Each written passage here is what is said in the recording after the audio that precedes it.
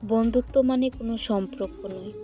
বন্ধুত্ব তো একটা নাম, একটা সম্পর্কের আসল মানে হলো একে অপরের ভালো রাখার দায়িত্ব নেওয়া।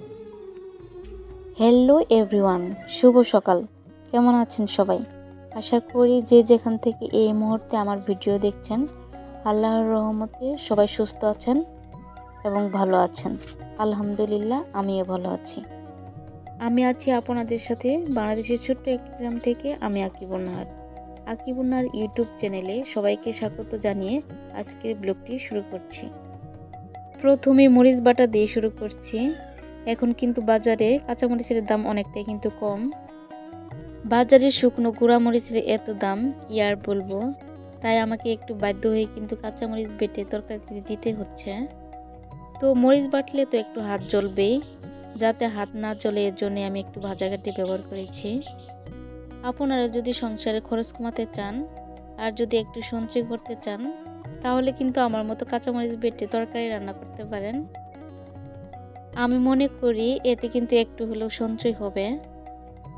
তো ভিডিও দেখতে দেখতে যদি এ পর্যন্ত চলে আসেন, প্লিজ ভিডিওটিতে লাইক দিয়ে ভিডিওটি কন্টিনিউ করবেন। আর যদি আপনি নতুন হয়ে থাকেন, তো আপনি চাইলে আমার চ্যানেলটি সাবস্ক্রাইব করে আমার পরিবারে থেকে যেতে পারেন।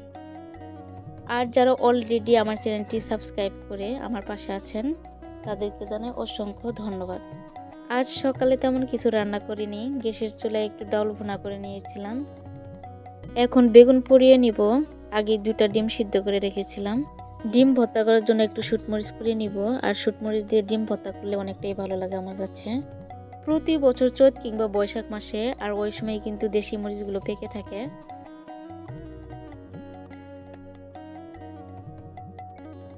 2-3 কেজি শুকনো পাকা মরিচ কিনে তখনই গুঁড়া করে থাকি। দেখা যায় কি বছর শেষে অনেকটাই কমে যায়, তেমনই আমার এই অবস্থা হয়েছে। গুঁড়া মরিচ আছে কিন্তু খুবই অল্প পরিমাণ, তাই ভাবলাম এখন তো কাঁচামরিচের অনেকটাই দাম কম, মাঝে মাঝে যদি একটু বেটে খাই তাহলে কিন্তু গুঁড়া মরিচটা কিন্তু অতটা লাগবে না। ইচ্ছা করলে কিন্তু কিনেই খাওয়া যায়। গ্রামে কিন্তু এই সুযোগটা আছে, শহরের তুলনায় গ্রামে যে কোনো জিনিস সস্তায় পাওয়া যায়। যে আপুরা শহরে থাকেন তারা কিন্তু কাঁচামরিচ ব্যবহারটা বেশি করতে পারেন, কারণ শুকনো মরিচের দাম অনেকটাই বেশি। আর আপুদের কিন্তু ব্লেন্ডার আছে, তো ব্লেন্ডার ব্যবহার করলে আপুদের অতটা কষ্ট হবে না।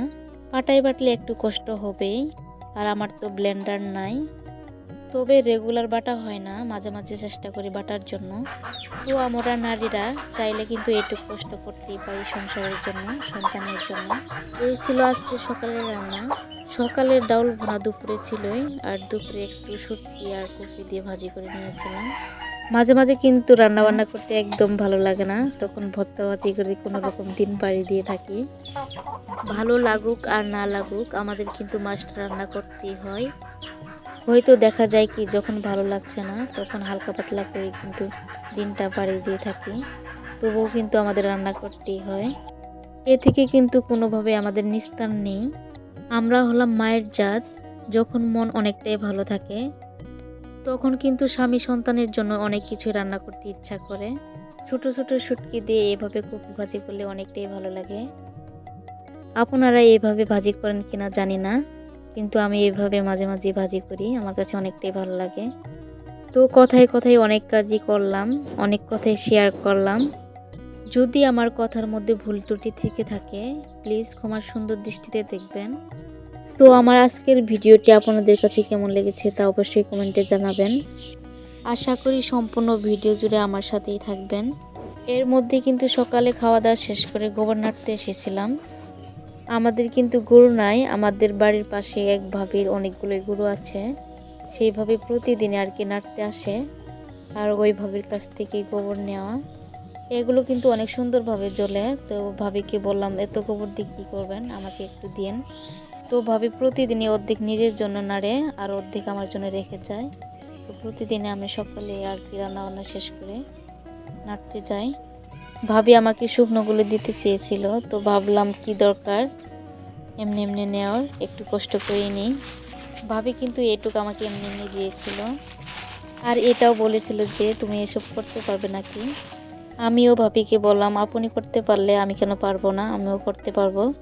তো ভাবে আমাকে সুন্দরভাবে তুলে দিচ্ছিল।